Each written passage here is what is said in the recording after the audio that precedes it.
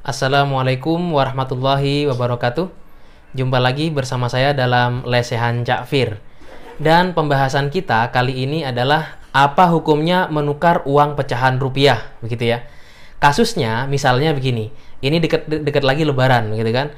Nah, biasanya akan ada orang-orang di pinggir jalan yang membuat jasa tukar tambah uang.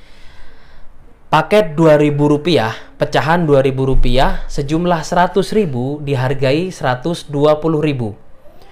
Paket pecahan Rp5.000 sejumlah Rp100.000 dihargai Rp135.000, misalkan seperti ini. Bagaimana pandangan syariat dalam hal ini? Baik. Pertama, karena ini adalah uang dengan uang, begitu ya, yang dalam hal ini sebagai nilai tukar, sebagai alat tukar, maka tidak bisa dijadikan komoditas salah satunya. Yang pecahan dijadikan komoditas, uang yang utuh dijadikan sebagai alat beli. Nah, ini nggak bisa. Karena dikiaskan dengan emas, dalam hadis dikatakan emas itu kalau mau ditukar dengan emas, ya harus sama, begitu. Tidak boleh ada penambahan. Ya, karena emas dengan perak itu sama dikiaskan itu sama sebagai alat tukar yang nantinya uang itu bisa dikiaskan ke emas dan perak ini. Hal ini tentunya berlandaskan dari sebuah hadis di mana dari Abu Hurairah radhiyallahu anhu, ya, di mana Rasulullah Shallallahu alaihi wasallam bersabda, "Adz-dzahabu bidz-dzahabi wal fiddatu bil fiddati wal burru bil burri wasya'iru bisya'iri wat tamru bit tamri wal milhu bil milhi mithlan bimithlin sawaun bisawain yadan biyadin faman zada aw istazada faqad arba." Yang artinya emas ditukar dengan emas, perak ditukar dengan perak, gandum ditukar dengan gandum, kemudian korma ditukar dengan korma juga, garam ditukar dengan garam. Harus mithlan bimithlin, gitu ya. Harus sama, harus serupa. Sawaun bisairin, sawaun bisawain. Takarannya juga harus sama. Yadan biyadin, harus dibayarkan secara kontan. Faman zada awistazada faqad arba. Barang siapa yang melebihkan atau meminta kelebihan, maka dia sudah riba, masuk dalam kubangan dosa riba, begitu ya.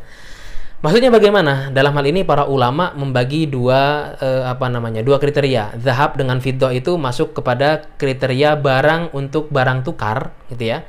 Seperti halnya uang. Kemudian gandum, kemudian kurma dan garam itu kepada barang yang bisa barang yang mempunyai takaran, gitu ya. Dalam hal ini kalau kedua barang itu ingin ditukarkan rupiah dengan rupiah, maka harus sama, harus kontan, tidak boleh ada kelebihan. Kalau ada kelebihan namanya riba. Nah, gitu ya. Maka dalam hal ini kalau ada orang kemudian membuat paket Rp2.000 sejumlah Rp100.000 lalu dikasih harga Rp120.000 atau pecahan Rp5.000 sejumlah Rp100.000 dihargai Rp135.000 atau Rp150.000, dalam hal ini karena dia sudah memberikan tarif, dalam hal ini masuk dalam kategori riba.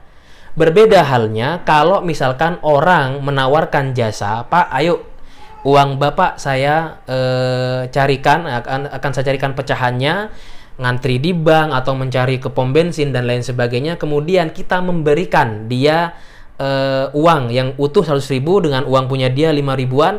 Lalu kemudian dari jasa dia mencarikan kita uang atau jasa dia antri di bank misalkan, maka dalam hal ini kita berikan dia uang sejumlah yang kita mau tanpa harus ada persyaratan dari dia, maka ini mungkin masuk dalam kategori jasa yang diperbolehkan dalam syariat. Tapi kalau sudah dipasang tarif di awal, harganya sudah ditetapkan, paketnya sudah ada, maka dalam hal ini barangkali ini masuk dalam kategori riba.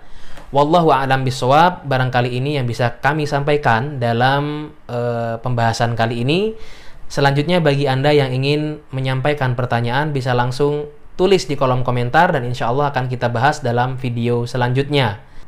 Ataupun Anda bisa mengirimkan pertanyaan Anda via WhatsApp di nomor berikut dan insya Allah tentunya akan kita bahas dalam video selanjutnya. Wallahul muwafiq ila aqwamit thoriq. Wassalamualaikum warahmatullahi wabarakatuh.